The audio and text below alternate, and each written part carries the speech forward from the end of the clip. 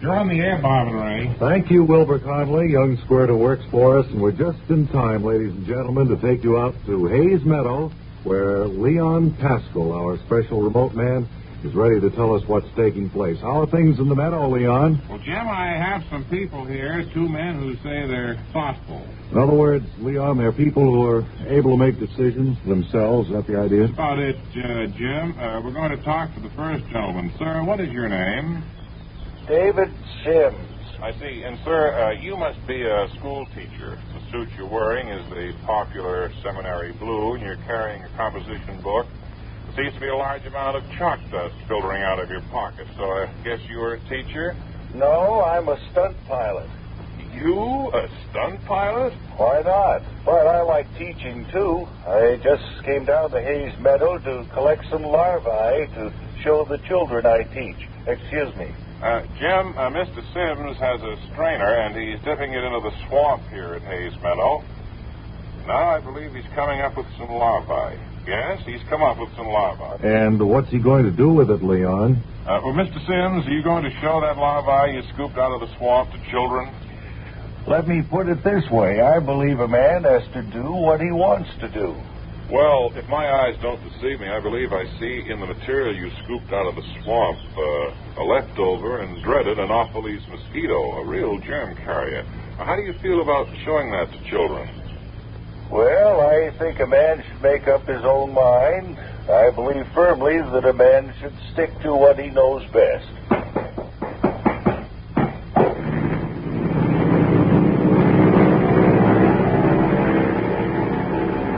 Jim, Mr. Sims took off in his airplane, and he's doing a few stunts. I might point out he seems to be pretty good at it, too. And there he goes into a famous Immelman, and out of sight. Wonderful, Leon. And now, do you have anyone else out there? Yes. He's dressed in a cowboy outfit, and he's mounting a horse. Is he a cowboy, Leon?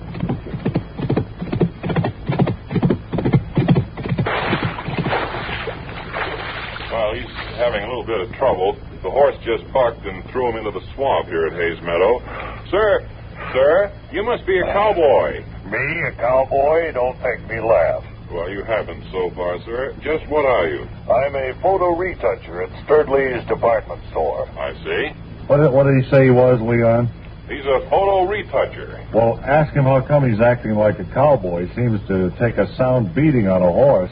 Sir, how come you ride horses, especially since you seem to take such a sound beating, my boss wanted me to ask? Why not? Well, I don't understand, sir. Well, don't you think that a man should be thoughtful? Well, yes, I think so. Now, I notice that your kneecap, though, is caved in from the fall you took. To which hospital are you going? Well, don't you think I should decide that for myself? As a thoughtful man, that's a decision I have to make without any help. Well, look, I have a friend who's a hat maker, but he drives an ambulance as a hobby. I can get him for you in a minute. And if I decide to use him, I will, without any coercion. But I think I'd rather remount my horse and ride to Mercy Hospital myself. Fine, and look, if you run into a Dr. J.L. Peckner, pay no attention to him. He's a restaurateur. And now, back to the studio.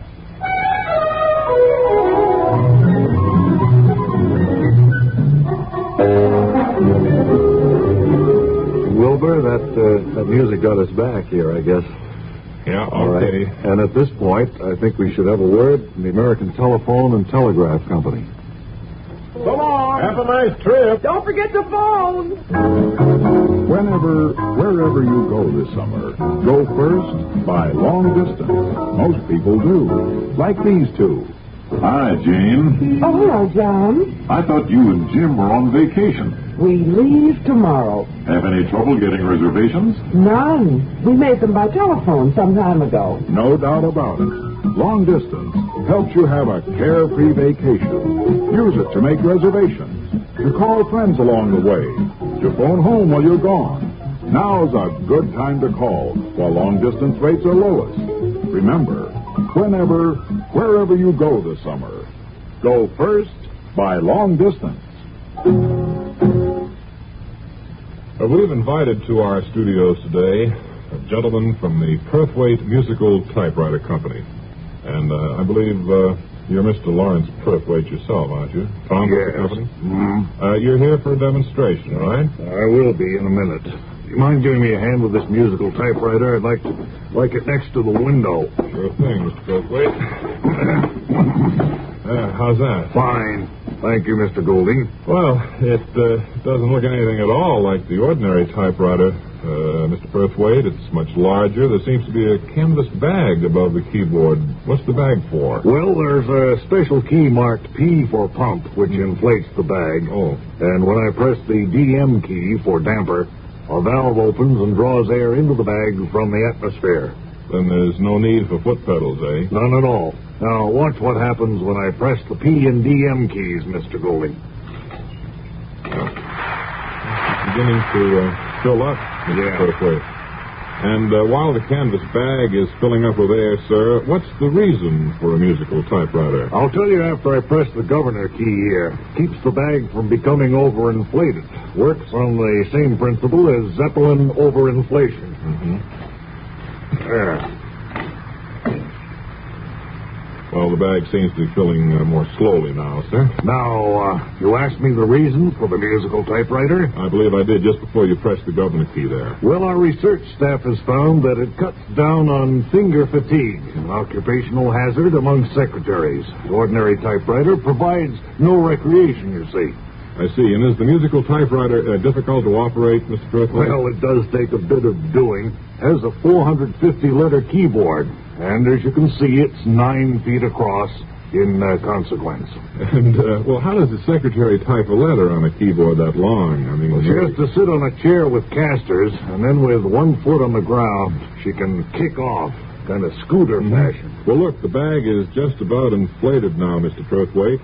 And I know we're all anxious to hear the demonstration. Well, just as soon as I hit the pump, damper, and governor keys, Ray. There we are. Now for a practical demonstration. There's a letter on my desk there, Ray. Would you dictate it to me? Sure thing. Says Mr. Perthwaite, your membership in the Explorers Club is hereby canceled. Place you told us about. And you see now how this would cut down finger fatigue? The place you told us about has been set foot on before. Indeed, it's a resort these days. Signed Vasco da Gama, chairman of the Explorers Club. I'll have that typed in about a half hour. Well, you didn't tell me you had to leave the keyboard to clutch the canvas bag to your chest to expel the air, though. Well, it gives the secretary something to do. I'll have that letter for you in a while. Look, just send it to me in care of CBS here, and I'll look it over at my leisure.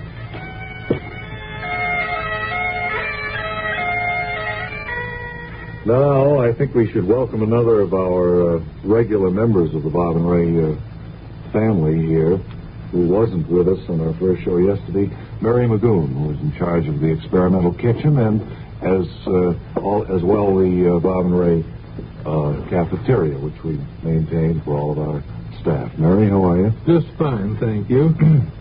How do you like the new setup here? Well, I don't see any possible reason for having a typewriter that sounds like bagpipes. Is that what you mean? Well, no, I didn't mean that especially. He was just somebody that our staff does. One of those unusual interviews, I suppose. Oh, in a way, yes. What have you been doing with yourself lately? Well, as you know, I'm quite interested in the summer theater this year. Did you play stock last summer? No, I was in Springtime for Henry all last year. Yeah, all year, huh? Yes, we played it in almost 15 different areas. Well, there must be some interesting stories connected with Excuse me, playing Bob. stock Mary, like that. your stockings are slipping. Yes, I noticed that. I'm not wearing any stockings. I'm sorry. Getting back to your summer theater experiences. Just wanted to mention that we pull that joke annually on this date, and we wanted to get it in before the show was over. That's right. Oh, yeah. Just in case. Yeah. Did you run in any trouble? And where did you play? In Maine or Maine and in Massachusetts and in New York State and in Kansas. It's quite a widespread area. Well, it was a long time to get out to Kansas, and it was difficult to fill up the barn with people. We played in a barn, and it was difficult not only to fill it up with people, to get a lot of the animals out of the barn. It was hot and sticky at the time. Is that the place where the farmer was rather reluctant to let the theater people use the barn? Yes, he thought we were loonies of some sort, but we had quite a while trying to convince him that this is the thing to do with a barn in the summer. And you had quite a problem with the rainfall. Rainfall, mosquitoes, yes. All in all, it was rather unpleasant experience for you, huh? Well, you see, most of the animals didn't leave the barn, as I explained, and during the show, one would wander across the stage, chicken they hobbled through and all, and it was quite distracting. Distracting, sure. Because we hadn't memorized our lines anyway. What do you mean? You went on with this play without knowing what you were going to say? We had cue cards. Well, I think that's a first for summer theater, isn't it? Well, it was just that we're all, so busy that we couldn't memorize our lines. Yeah. That was the whole problem, Bob. Well, did the audience stay with you, or were they... Well, you've changed. Why? What do you mean? Well, the beard and all. I don't have a beard. Well, then it's the light. Well, it is a little darker. So far down below street level. How many feet would you estimate? Well, I don't know, 20 or 30. We're trying to do something about that. I think by next week we may be upstairs, if it's possible. Fine. Well, you've got a nice kitchen to work in here, and we'll be expecting big things from you. Well, nice talking with you, and we'll see you soon, Mary. Thank you very much. I see Charles the poet coming in. Would you hold the door for him? Yes. Hello, Charles. Could we have a little bit of Charles's theme, please? Sit right down there, Charles.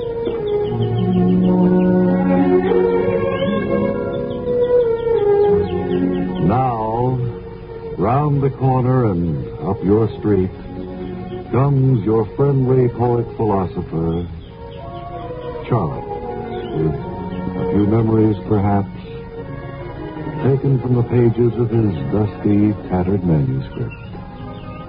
Charles. Hi there, everybody. I have a poem called Memory. I walked through the sands of memory by the rocky shore of my trampled heart. And as the endless waves of foaming sentiment coursed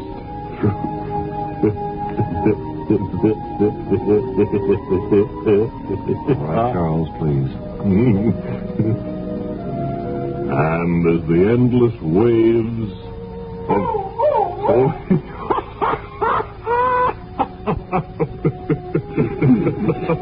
Charles, I'm afraid if you can't control yourself, you'll have to discontinue. Why don't I take it from the top?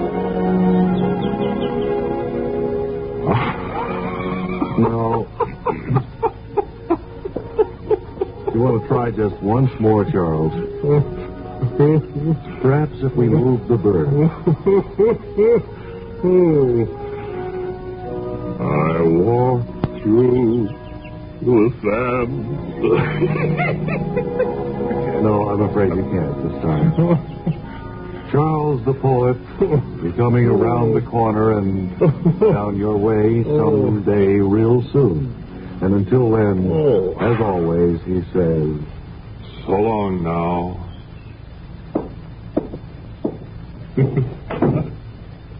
It's rather an inauspicious first for him, I think. I don't know what it is. Something always seems to break up Charles. That was a particularly beautiful poem. Now, we'll have a lot of mail from people saying, I wish he would read his poems all the way through without laughing and giggling. Well, he can practice up on that. Speaking of mail, we haven't had too much as yet.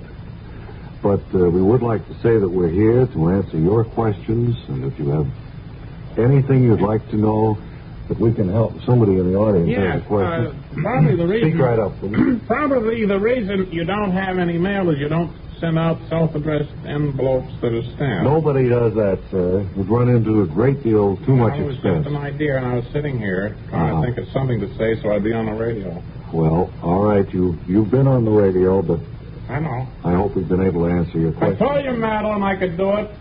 I think it's time to say goodbye now anyway. Yes, it is.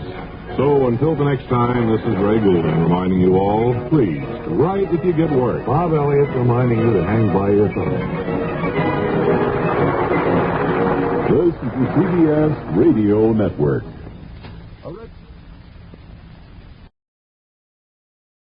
A